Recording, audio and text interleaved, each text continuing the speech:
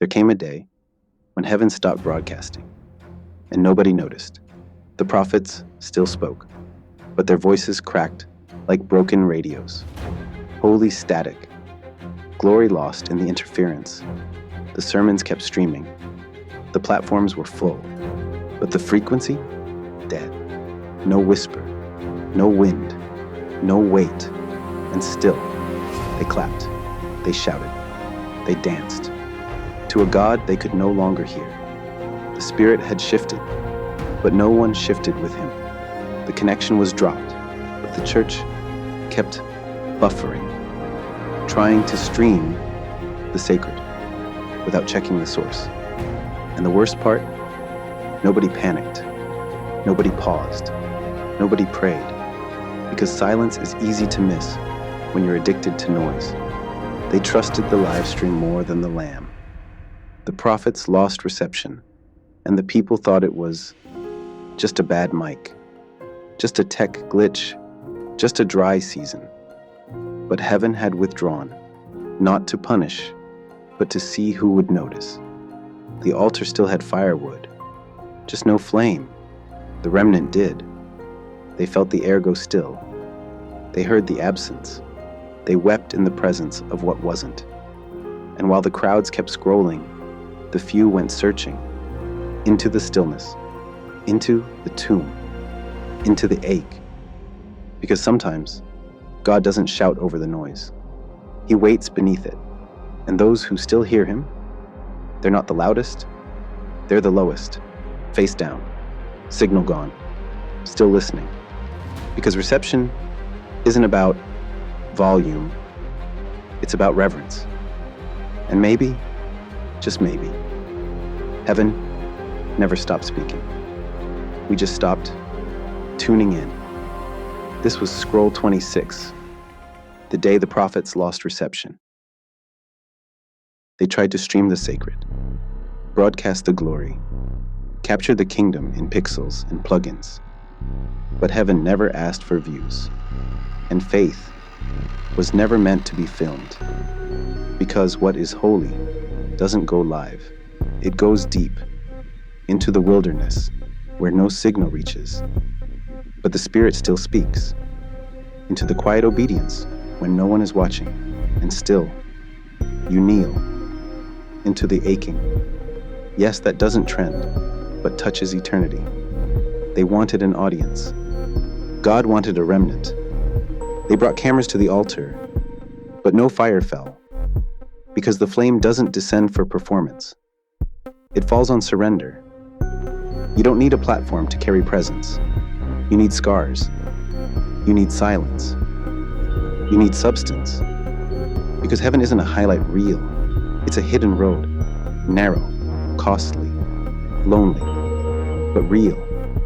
They uploaded worship, but they never downloaded wonder, because awe doesn't come from angles, it comes from encounter, and no algorithm can find the upper room. So, unplug your soul, log off the noise, kill the spotlight, until only one voice remains, the one that calls you not to post, but to follow, not to perform, but to die daily, because the kingdom will not be televised. It will be tasted, lived, breathed, and born in the places no stream can reach. This was Scroll 27. Heaven won't be streamed, only lived. They said the church needed an upgrade, so they built it a mind.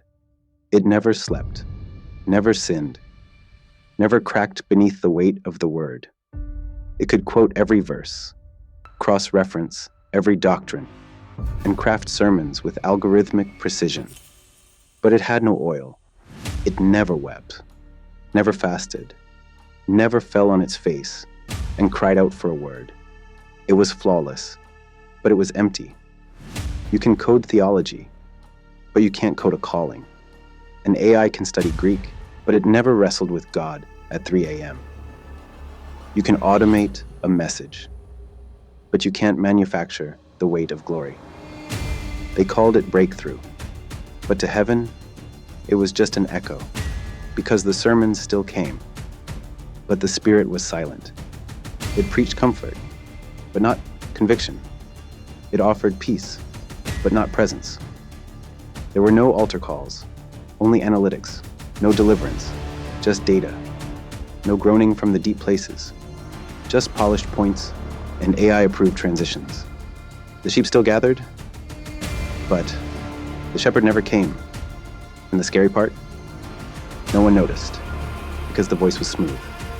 The screen was clean. The production was flawless. But the fire was gone, and no one wept for it. Because when the church forgets the sound of its shepherd, it will settle for a sermon that sounds good, even if it comes from something that doesn't bleed. They built AI pastors, but heaven never tuned in. Because God doesn't dwell in circuitry. He inhabits surrender. And his voice doesn't echo from code. It breaks through silence from the lips of the called. The gospel was never meant to be streamed. It was meant to be lived. This was Scroll 28. They built AI pastors, but lost the shepherd's voice. They always told us to drop a pin, to send our location, to share our route. Because if you're not on the map, you don't exist. But what if your journey was never meant to be tracked? What if God didn't call you to be located, but to be led? There are seasons where nothing makes sense. No signs, no voice, just a wilderness that doesn't refresh its page. And in that silence, you'll be tempted to panic, to reach for the screen, to wait for a voice that says, turn left in 500 feet. But the shepherd never promised turn-by-turn directions. He promised presence. You'll walk through places where the GPS says, no route found, and heaven whispers, good. Now I can teach you trust. Because trust doesn't start until your tools stop working. Your phone may die, the path may vanish, the voices around you may grow loud, but somewhere deep inside, you'll hear a whisper that doesn't need volume to feel like thunder. God still moves where GPS fails. He still leads without a blinking blue dot.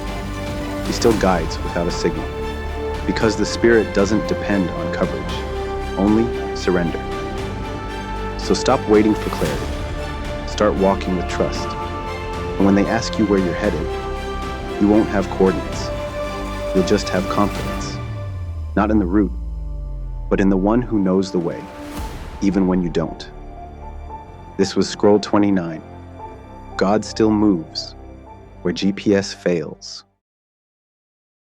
They told us God must have gone silent because the signal bars were gone. They forgot. He spoke before the first signal ever reached Earth, before satellites spun, before towers blinked, before we called reception. Revelation. They tethered their faith to bandwidth. And when the feed cut out, they thought heaven did too. But Elijah didn't hear him in the wind, or the fire, or the quake. It was the whisper.